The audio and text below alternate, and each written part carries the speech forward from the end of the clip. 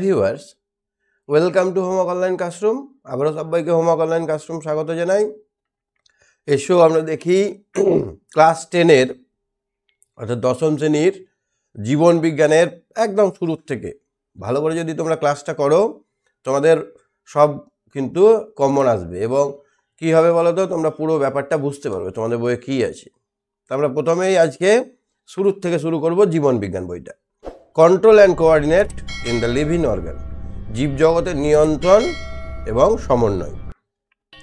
জীবজগৎ বলতে যাদের জীবন আছে, যারা বড় হয়, যারা এক জায়গা থেকে অন্য জায়গায় যেতে পারে, তাদের জীবনটা কিভাবে কোন দিক দিয়ে নিয়ন্ত্রণ হচ্ছে এবং তাদের মধ্যে কি মিল আছে, সমন্বয় আছে, সেগুলো আমরা আজকে আলোচনা করব। তো পৃথিবীর পরিবেশে সর্বদা পরিবর্তনশীল। এই আমাদের পৃথিবী দেখছো এখন যেমন, আগেও সেরকম ছিল না। আগে পুরো সবুজ ভরা ছিল, ডাইনোসর ছিল।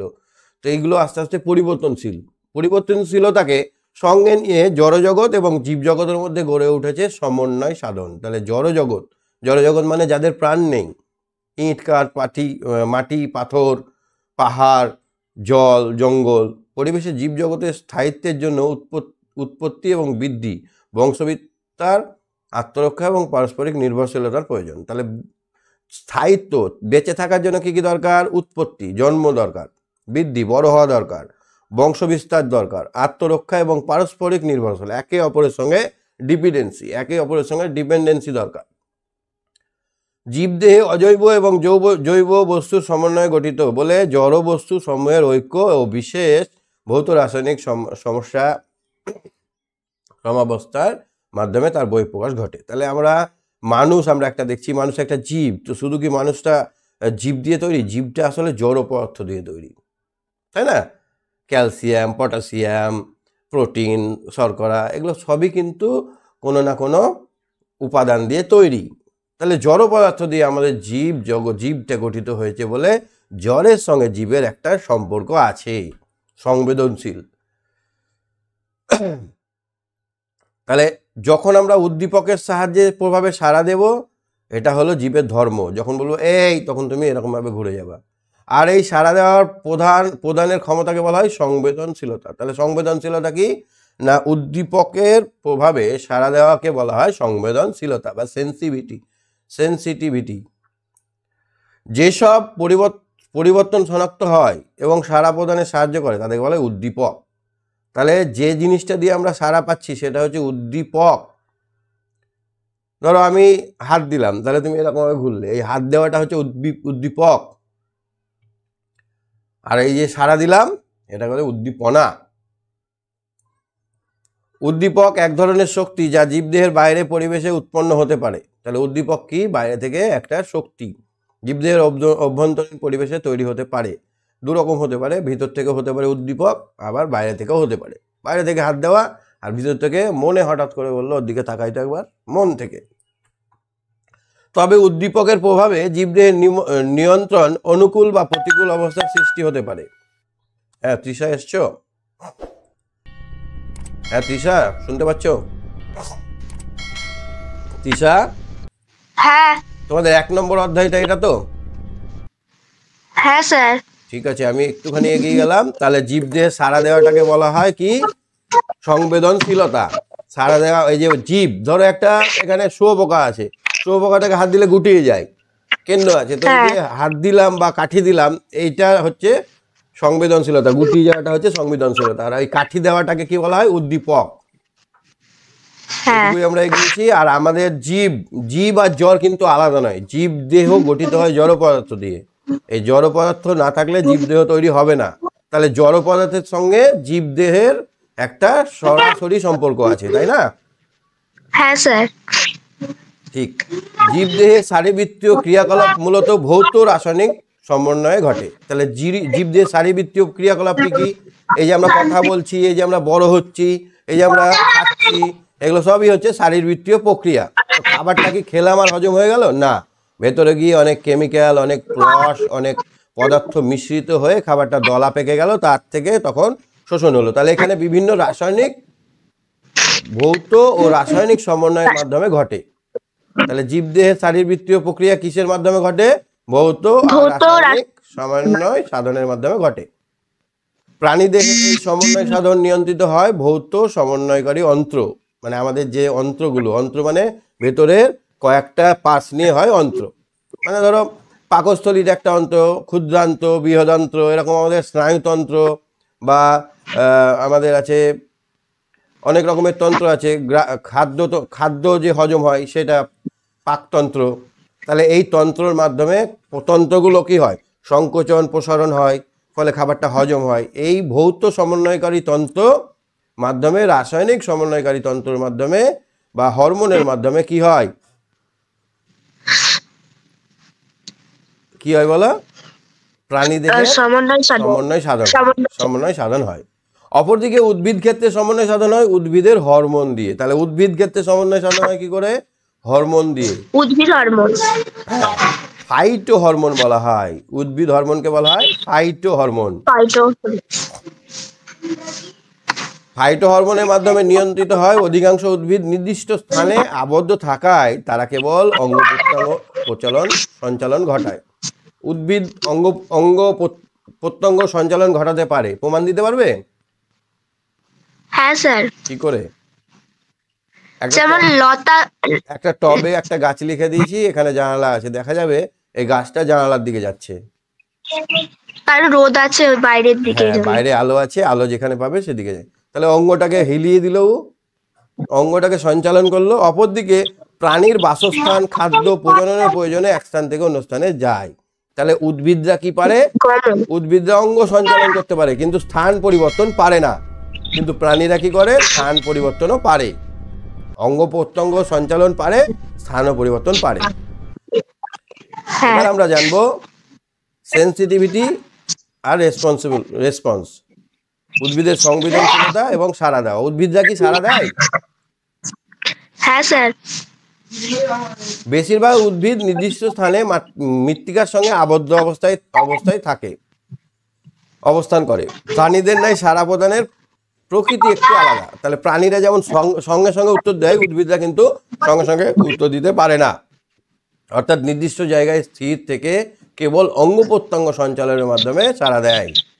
তাহলে উদ্ভিদরা কিভাবে সাড়া দেয়? ডালপালা অঙ্গ প্রত্যঙ্গ সঞ্চালনের মাধ্যমে সাড়া দেয়।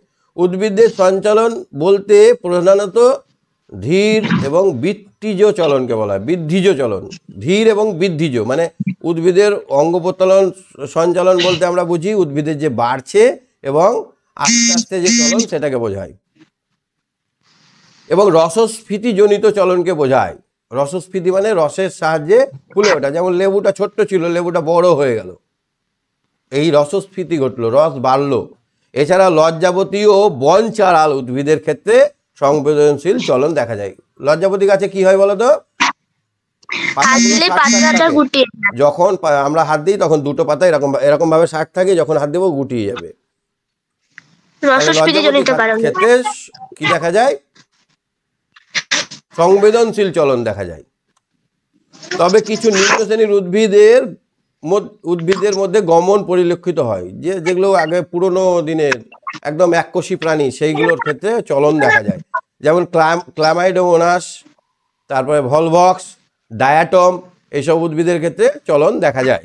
চলন মানে তারা চলতে পারে, এই জায়গা থেকে অন্য জায়গায় যেতে পারে। বুঝতে পারলে? হ্যাঁ স্যার। সংবেদনশীলতা, তাহলে কাকে বলে সংবেদনশীলতা? উদ্দীপকের প্রভাবে, মানে বাইরে থেকে একটা কিছু খোঁচা দাও বা কথা বলো বা কিছু বলো, সেই উদ্দীপকের প্রভাবে জীবদেহে সাড়া প্রদানের ক্ষমতাকে বলা হয় সংবেদনশীলতা। মাধ্যমিকে পড়তেই পারে যে সংবেদনশীলতা বলতে কি বোঝো, তখন বলতে হবে উদ্দীপকের প্রভাবে, মানে বাইরে থেকে কিছু একটা প্রভাব করলে জীবদেহে সাড়া দেওয়ার ক্ষমতাকে বলা হয় সংবেদনশীলতা। তাহলে উদ্দীপক কি না? বাইরে থেকে যা দিলাম, বাইরে থেকে যা দিয়ে কোনো জীবের সাড়া দেওয়া করালাম, সেটাকে বলা হয় উদ্দীপক। যে বাহ্যিক বা অভ্যন্তরীণ শক্তি নির্দিষ্ট বা ব্যবস্থাপনার মাধ্যমে জীব দেহে গঠিত হয় এবং জীবের মধ্যে নির্দিষ্ট সাড়া বা রেসপন্স সৃষ্টি করে, মানে আমরা এক কথায় বলতে পারি যা জীবদেহে সাড়া যোগায় বা সাড়া সৃষ্টি করে, তাকে বলা হয় উদ্দীপক। তাকে কি বলা হয়?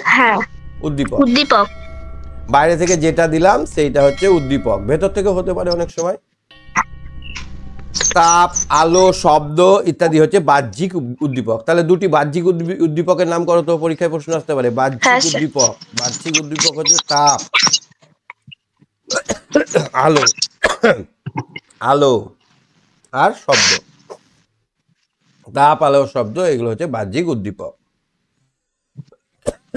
এবার চলন আর গমনের সংজ্ঞা। চলন কি আর গমন কি, পরীক্ষায় খুবই পড়ে এটা, পার্থক্যটাও কিন্তু খুব পড়ে। চলন গমনের সংজ্ঞা। চলন হচ্ছে এক জায়গায় দাঁড়িয়ে দাঁড়িয়ে ডান্স দেখানো, আর গমন হচ্ছে ডান্স দেখাতে দেখাতে অন্য জায়গায় যাওয়া। বুঝতে পারলে? হ্যাঁ স্যার। যে প্রক্রিয়ায় জীব নির্দিষ্ট স্থানে, মানে স্থানটা ফিক্সড, স্থির থেকে, অর্থাৎ স্থানান্তরে না গিয়ে স্বতঃস্ফূর্তভাবে বা উদ্দীপকের প্রভাবে অঙ্গ প্রত্যঙ্গ সঞ্চালন করে, তাকে বলা হয় চলন। তাহলে এক জায়গায় দাঁড়িয়ে যখন হাত পা নাড়াই বা যখন আমরা গাছ এদিক ওদিক যাই, বড় হয়, মোটা হয়, এগুলো হচ্ছে চলন। বুঝতে পারলাম? হ্যাঁ স্যার। গমন কি? যে প্রক্রিয়ায় স্বেচ্ছায় বা উদ্দীপকের প্রভাবে অঙ্গ প্রত্যঙ্গ সঞ্চালনের দ্বারা সামগ্রিকভাবে স্থান পরিবর্তন ঘটে। তাহলে গমনে কি হয়?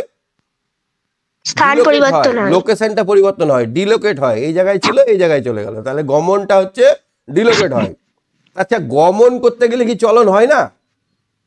আমি হ্যাঁ স্যার হয়। চুপ করে থাকি, তাহলে কি আমি এক জায়গা থেকে অন্য জায়গায় যেতে পারবো? না। এই হাত পা নাড়াতে হবে, তবেই তো আমি অন্য জায়গায় যাব। হ্যাঁ। তাহলে কি হচ্ছে না, গমন হলে চলন হবেই। গমন হলে চলন হবে। হবেই, কিন্তু চলন হলে গমন হবে না। চলন হলে গমন হবে না স্যার। আমি এক জায়গায় এরকম এরকম করছি, তাহলে আমি কি এক জায়গায় অন্য জায়গায় যাব না। কিন্তু আমি চুপ করে দাঁড়িয়ে থেকে এক জায়গায় যেতে পারবো না। তাহলে এখানে একটা আমরা জিনিস জেনে গেলাম যে গমন মানেই চলন আছে ওর মধ্যে। তাহলে পার্থক্যটা কি হলো? এখানে জীবদেহ এক স্থানে বিভিন্ন রকম ভাবে চলন বলতে আমরা বুঝি জীব, এখানে সংজ্ঞাটা লিখে দেবে, জীব এক স্থানে আবদ্ধ থেকে অথবা স্থানান্তরের সময় চলন প্রদর্শন করতে পারে। তাহলে জীব এক জায়গায়ও চলন করতে পারে, আবার এক জায়গায় যাওয়ার সময় চলন করতে পারে। আর গমনকে একদম এক জায়গা থেকে অন্য জায়গায় চলে যাওয়া, চলনের মাধ্যমে এক জায়গা থেকে অন্য জায়গায় চলে যাওয়া। বুঝতে পারছো? হ্যাঁ স্যার। চলন প্রধানত উদ্ভিদে সম্পন্ন হয়। তাহলে উদ্ভিদের যে লক্ষণটা দেখতে পাই, উদ্দীপনাটা দেখতে পাই, সেটা হচ্ছে চলন প্রকৃতির। ব্যতিক্রম আছে নিম্ন শ্রেণীর উদ্ভিদ, যেমন ক্লামাইডোমোনাস, ভলভক্স। তাহলে পরীক্ষায় প্রশ্ন আসতে পারে গমনে সক্ষম একটি উদ্ভিদ, কি লিখবে? Chlamydomonas, Volvox. হ্যাঁ, এগুলো হচ্ছে গমনে সক্ষম। তাহলে এটা একটু মুখস্থ করে নিও, সংজ্ঞাগুলো মুখস্থ করবে। বুঝতে পারলে? হ্যাঁ, কিন্তু স্যার আমার বইটা আলাদা। তোমার বইটা আলাদা, এগুলো নেই? মানে এই পার্থক্যটা নেই। পার্থক্যটা নেই তো ইম্পর্টেন্ট জিনিস, ওটা লিখতে হবে। হ্যাঁ, ওটা লিখে নিতে হবে। ভিডিওটা দেখতে পাচ্ছ তো, ভিডিওটা থামে লিখে নেবে। হ্যাঁ স্যার। অবশ্যই চলন গমনের পার্থক্যটা তুমি তো এমনিতেই বুঝে গেছি, এমনিতেই তো আমরা চলন গমন ব্যাপারটা বুঝে গেছি। এবার আমরা নিজে থেকে লিখতে পারবো, কয়েকটা জিনিস বেশি থাকবে সেটা লিখতে হবে। লাস্ট পয়েন্টটা দেখো, চলন হলেই গমন হবে এমন কোনো নিশ্চয়তা নেই, কিন্তু গমন সময় অবশ্যই চলন হবে, না নড়লে যেতে পারবে না। ঠিক আছে? হ্যাঁ স্যার। এছাড়া এককোষী উদ্ভিদ কিংবা উদ্ভিদ কোষের প্রোটোপ্লাজমে বহিস্থ উদ্দীপক ছাড়া, প্রোটোপ্লাজম মানে আমাদের শরীরে যে কোষগুলো আছে, কোষের মধ্যে তরল থাকে। কি থাকে? তরল, জলের মতো জিনিস থাকে, জেলির মতো জিনিস, এটাকে বলা হয় প্রোটোপ্লাজম। তাই প্রোটোপ্লাজমে নিজে থেকেই এদিক ওদিক নড়ে। আমরা দেখেছি না মাইক্রোস্কোপে, যখন কোনো ভিডিওতে বা আমরা মাইক্রোস্কোপে যদি দেখি যে আমাদের কোষের একটা রক্তকে নিয়েছে, রক্ত কোষগুলো এমনি এমনি এমনি করে নড়ছে। হ্যাঁ স্যার। প্রোটোপ্লাজমের বহিস্থ উদ্দীপক ছাড়া, বাইরে থেকে কিছু না দিলেও, রোটেশন বা প্রবাহ গতি যেমন বা সার্কুলেশন, আবর্ত গতি, এগুলো দেখা যায়। তাহলে কি দেখা যায় না, এতে কোনো বাইরে থেকে কিছু দিতে হয় না, উদ্দীপক দিতে হয় না, অটোমেটিক্যালি এর মধ্যে এরকম ঘূর্ণন ঘুরছে, এগুলো এই থকথকে জিনিসটা ঘুরছে। অথবা কি হচ্ছে, সার্কুলেশন মানে এরকম করে ঘুরছে, এই জিনিসটা দেখা যায়। কোন কোন গাছে দেখা যায়? রোটেশন দেখা যায় তোমার পাতা শ্যাওলার গাছে, সার্কুলেশন দেখা যায় কুমড়ো গাছে। তাহলে কিছু উদ্ভিদ চলরেণু এবং গমেট জননকোষ সিলিয়ারি চলন দেখা যায়। তাহলে এই চলনটা আবার অনেক রকমের হতে পারে। সিলিয়ারি মানে হচ্ছে লোম, কিছু কিছু উদ্ভিদের খুব সূক্ষ্ম সূক্ষ্ম লোম থাকে, এই লোমের সাহায্যে তারা আস্তে আস্তে যায়, লোমের সাহায্যে যায়।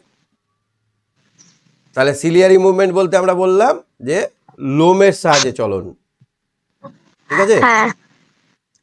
রোটেশন দেখো, পরিণত উদ্ভিদ কোষের অভ্যন্তরস্থ একটি বৃহৎ কোষ গহ্বরকে কেন্দ্র করে, তাহলে কোষের একটা গহ্বর, ভেতরে একটা গর্তও থাকে, তাকে কেন্দ্র করে সমগ্র প্রোটোপ্লাজমটি, এই যে প্রোটোপ্লাজমটি আবর্তন করে, তাকে বলা হয় রোটেশন। সার্কুলেশন কি? কিছু কিছু উদ্ভিদ কোষের অভ্যন্তরস্থ ক্ষুদ্র ক্ষুদ্র কোষ গহ্বর, এবার এক একটা কোষে একটা গহ্বর না থাকে, 2-3টে গহ্বর থাকে, তখন কি হয়, ক্ষুদ্র ক্ষুদ্র কোষবহর প্রত্যেকটি কেন্দ্র করে, এবার এখানে ধরো এই গহ্বরটা চারদিকে ঘুরছে প্রোটোপ্লাজম, এই গহ্বরটা চারদিকে ঘুরছে প্রোটোপ্লাজম, একে বলা হয় সার্কুলেশন। কি বলা হয়? সার্কুলেশন। একটা কোষে বড় একটা গহ্বরের চারপাশে ঘোরাকে বলা হয় রোটেশন, আর একটা কোষে অনেকগুলো গহ্বরকে কেন্দ্র করে ঘোরাকে বলা হয় সার্কুলেশন। মাথায় ঢুকলো? হ্যাঁ স্যার। লজ্জাবতীর পাতা স্পর্শ করা মাত্রই পাতার মধ্যস্থ রসস্ফীত চাপ কেমন করে হয় জানো? লজ্জাবতীর পাতা এখানে যখনই চাপ দিলাম, সেই রসে, তার যে পাতার রসটা থাকে সেখানে একটা চাপ পড়লো, চাপ কমে যায়, পত্রফলকগুলো নুয়ে পড়ে, একে বলা হয় সিসমোন্যাস্টিক। লজ্জাবতীর পাতায় কোন চলন দেখা যায়? তখন বলতে হবে সিসমোন্যাস্টিক, অবশ্যই বলতে হবে সিসমোন্যাস্টিক। আবার বনচারাল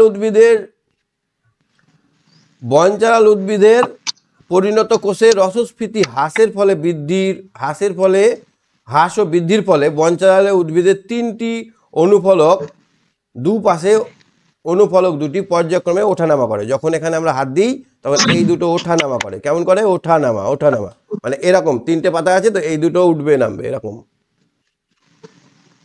বুঝতে পারছো?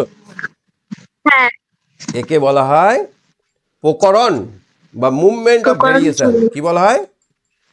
Movement of variation. তাহলে পরীক্ষায় প্রশ্ন আসবে বনচারালের গাছে কোন ধরনের চলন দেখা যায়? তখন বলতে হবে প্রকরণ বা মুভমেন্ট অফ ভেরিয়েশন। মনে থাকবে?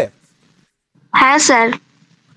তাহলে আচার্য জগদীশ চন্দ্র বসু একজন বিখ্যাত সায়েন্টিস্ট ছিলেন। হ্যাঁ, তিনি রেডিও যন্ত্রটি আবিষ্কার করেছিলেন। আর একটা জিনিস আবিষ্কার করেছিলেন, তিনি উদ্ভিদদের চলন লক্ষ্য করেছিলেন, উদ্ভিদদের চলন, আর উদ্ভিদরা সাড়া দেয়, উদ্ভিদদের জীবন আছে, এই কথাটা প্রথম বলেছিলেন বিজ্ঞানী আচার্য জগদীশ চন্দ্র বসু।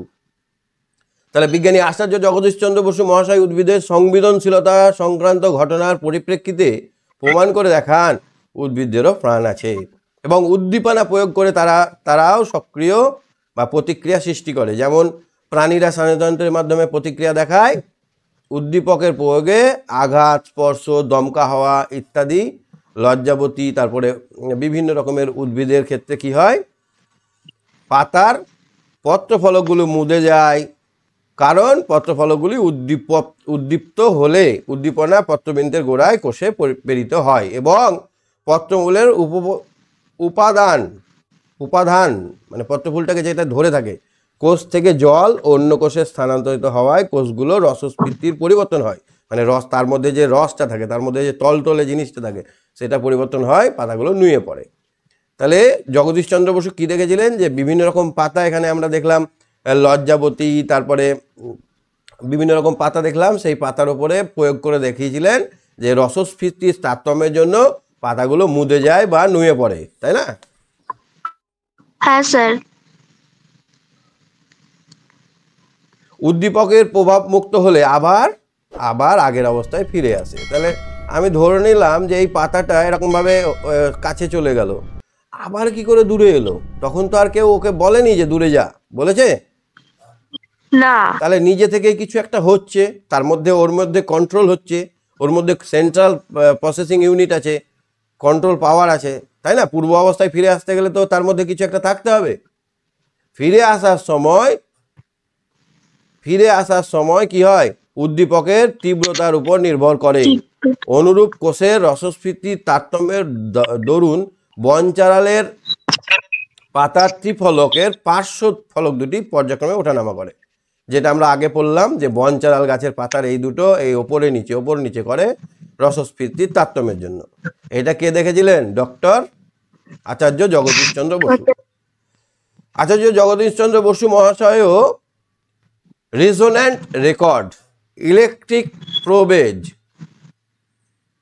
এইসব যন্ত্র আবিষ্কার করেছিলেন। মানে ধরো এই গাছের আগাতে একটা যন্ত্র, এখানে একটা সুতো বেঁধে দিয়ে এখানে একটা লোড দিয়ে দিল, এবার এখানে মার্কিং হচ্ছে কতটা বড় হলো, এই বড় বৃদ্ধি মাপা, তারপরে চলন মাপার এগুলো যন্ত্রগুলো এগুলো। তাহলে গাছের বৃদ্ধি মাপা, resonant of record, electric probe এইসব জিনিসগুলোর মাধ্যমে কি করা হয়? গাছের বৃদ্ধি, তারপরে বিভিন্ন রকমের প্রতিক্রিয়াগুলোর নোট করা হয়, রেকর্ড করা হয়।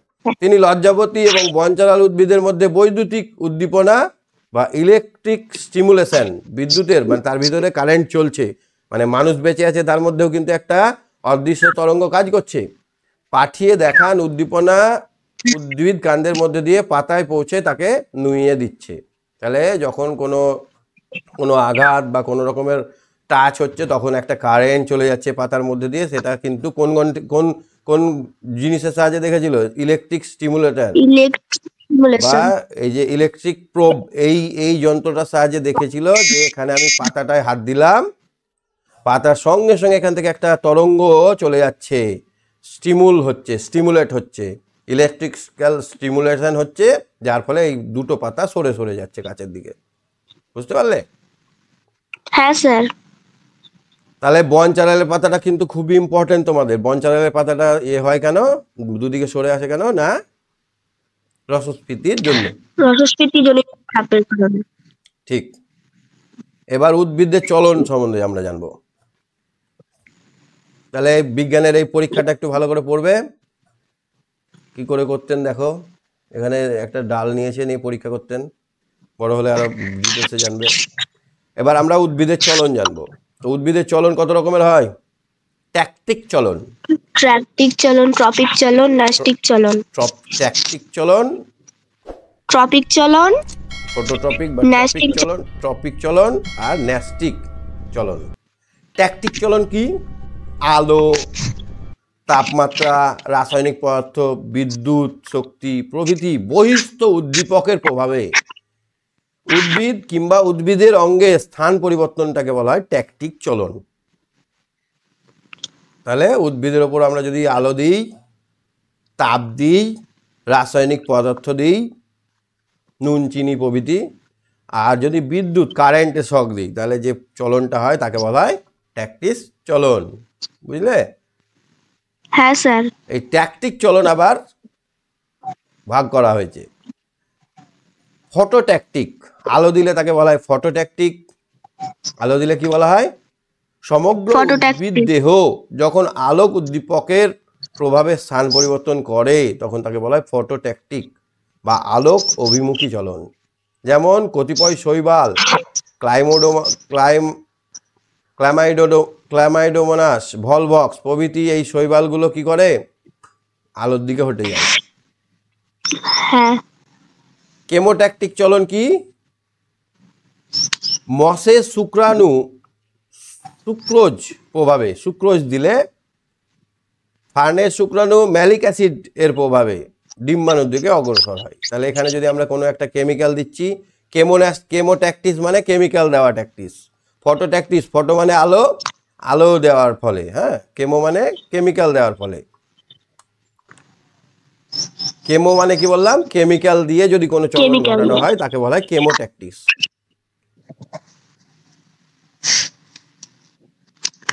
তাহলে ক্ল্যামাইডোমাস, ভলভক্সের চলন প্রধানত আলোর অভিমুখে হয়, মানে যেদিকে আলো থাকে সেদিকে যায়।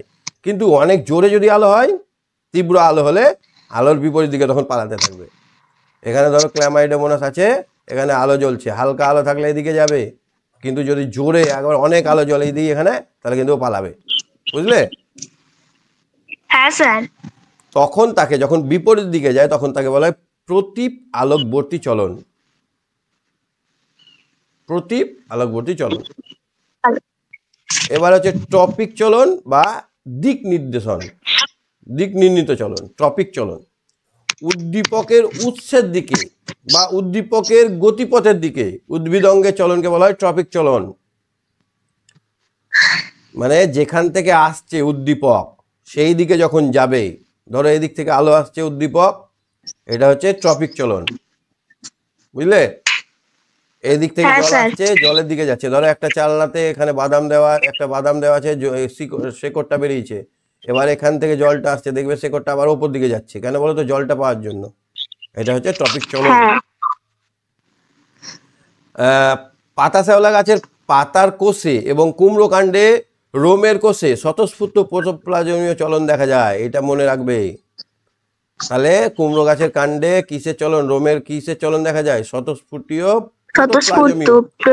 প্রোটোপ্লাজমীয় চলন। প্রকারভেদ দেখো, টপিক চলনের প্রকারভেদ হচ্ছে 3 রকমের। ফটোটপিক, ফটো মানে কি বললাম? আলো। হাইড্রোটপিক, হাইড্রো মানে জল, ফটো মানে কি বললাম? আলো। ফটোর প্রভাবে যখন হবে সেটা হবে আলোর প্রভাবে। আর হাইড্রো মানে কি বললাম? জল। হাইড্রো মানে জল, জলের প্রভাবে যখন চলন হবে তাকে বলা হয় ফটোটপিক। জিওটপিক, জিও মানে আকর্ষণ, জিও মানে কি বললাম? আকর্ষণ। পৃথিবীর আকর্ষণ। তাহলে দেখো ফটোটপিক কেমন, কাকে বলছে আমরা নিজে নিজেই লিখতে পারবো। উদ্ভিদ অঙ্গের চলন যখন আলোক উৎসের গতিমুখে হয় তখন তাকে বলা হয় আলোকবৃত্তীয় বা আলোকবর্তী চলন বা ফটোটপিক চলন। বুঝতে পারলে? আলোক কথাটা থাকলেই সেটা হয়ে গেল ফটোটপিক। বুঝতে পারলাম? তুমি নিজে নিজেই বানাতে পারবে। উদ্ভিদ অঙ্গের চলন যখন আলোর প্রভাবে বা আলোকের দিকে হয় তখন সেটা হয় ফটোটপিক চলন।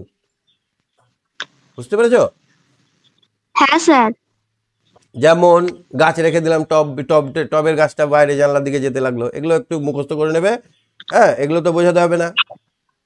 হ্যাঁ স্যার। আলোকবর্তী চলন। এবার হাইড্রোটা বুঝবো। উদ্ভিদ অঙ্গের চলন যখন জলের উৎসর দিকে হয়, একটু আগে বললাম আলোর উৎসর দিকে হয়, এবার আমরা বলছি জলের উৎসর দিকে হয়, জলের। তখন তাকে বলা হয় জলবর্তী চলন, জলবৃত্তীয় চলন বা হাইড্রোট্রপিক চলন। কখন হয়?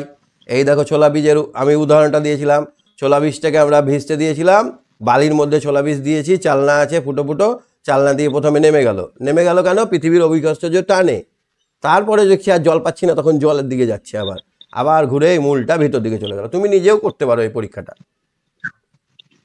চালুনিতে ভিজে কাঠের গুঁড়ো রেখে তার মধ্যে কয়েকটা ছোলা বা মটর বীজ রাখা হলো, চালুনিটিকে ঝুলিয়ে রাখা হলো। কয়েকদিন পর দেখা যাবে বীজগুলো অঙ্কুরিত হয়েছে, ভূমগুলি চালুনির ছিদ্র দিয়ে বেরিয়ে এসেছে, অর্থাৎ চালুনির ছিদ্র দিয়ে ভূমগুলো বেরিয়ে এসেছে, ঝুলে আছে। আরও কয়েকদিন পর দেখা যাবে ভূমগুলি আবার পুনরায় চালুনির দিকে ঢুকছে, ছিদ্র দিয়ে প্রবেশ করছে। এর কারণ হলো প্রথমে ভূমগুলি অভিকর্ষজ টানে নিচের দিকে বৃদ্ধি পেয়েছিল, কিন্তু পরে জল পাওয়ার জন্য পুনরায় আবার চালুনির ছিদ্র দিয়ে কাঠের গুঁড়োর মধ্যে প্রবেশ করলো। তাহলে জল পাওয়ার জন্য যাচ্ছে বলে এটা কি হবে? এটা জল পাওয়ার জন্য হাইড্রোট্রপিক চলন। হ্যাঁ, আলো পাওয়ার জন্য যদি যায় তাহলে কি হবে? ফটোট্রপিক চলন। হ্যাঁ, এবার আমরা জানবো জিওট্রপিক চলন বা অভিকর্ষজ চলন। তাহলে এইখানে আমরা দেখলাম যে প্রথমে জিওট্রপিক চলনের জন্য নিচের দিকে নাম ছিল। আচ্ছা, একটা ছোলা গাছকে যদি আমরা উল্টো দিকে, মানে গাছের যেদিকে ডালটা আছে, মানে পাতা কাণ্ড আছে, সেটাকে নিচের দিকে, উপর দিকে যদি আমরা শেকড়টাকে রাখি, তাহলে ভগবানের কি লীলা খেলা। এই জিওট্রপিকের জন্য কিন্তু ওপর দিকে চলে যাবে, কারণ কাণ্ড সবসময় অভিকর্ষজ ত্বরণের বিপরীতে যাবে, আর মূলটা কি হবে? ঘুরে হলেও নিচের দিকে আসবে, তাই না? হ্যাঁ স্যার। হ্যাঁ, এই জন্য এটাকে বলা হয় জিওট্রপিক চলন। উদ্ভিদ অঙ্গের চলন যখন মধ্যাকর্ষণ শক্তির প্রভাবে অভিকর্ষের গতি অনুসারে, তখন তাকে বলা হয় অভিকর্ষ বৃত্তীয় চলন বা অভিকর্ষবর্তী চলন বা জিওট্রপিক চলন। উদ্ভিদের মূল সবসময় অভিকর্ষজের টানে পৃথিবীর ভরকেন্দ্রের দিকে অগ্রসর হয়। এই কারণে মূলকে অনুকূল অভিকর্ষজীয় ত্বরণ বলা হয়, আর কাণ্ড মাটির উপরে উঠে যায়, তাই বলা হয় প্রতিকূলীয় অভিকর্ষজীয় ত্বরণ। বুঝতে পারলে? হ্যাঁ স্যার। তাহলে মূলটা অভিকর্ষ ত্বরণের জন্য অভিকর্ষজীয় ত্বরণের দিকে যায়, আর মূলটার মধ্যে এমন কিছু ঢুকিয়ে দেওয়া আছে যে ওপর দিকে যায়, ভেদ করে ওপর, মানে ও যেদিকে টান থাকবে তার উল্টো দিকে যাবে। আমরা যদি ঘুরিয়েও দিই, বিষটাকে যদি এখানে আটকে দিই, তাহলে দেখবো মূলটা আবার ঠিক নিচের দিকে চলে যাচ্ছে, কাণ্ডটা উপর দিকে উঠেছে। অনেক সময় দেখা যায় গাছ লাগাতে গিয়ে কোনো বীজ একটু উল্টো হয়ে আছে, এই শেকড়টা এরকম ভাবে ঢুকেছে আর এদিক দিয়ে বেরিয়ে গেছে এটা। বুঝতে পেরেছো? হ্যাঁ স্যার। ঠিক, তাহলে আমরা আজকে এখান থেকে শেষ করলাম। হ্যাঁ, পরের দিন আমরা ন্যাস্টিক চলনটা নিয়ে আলোচনা করব। ঠিক আছে? হ্যাঁ।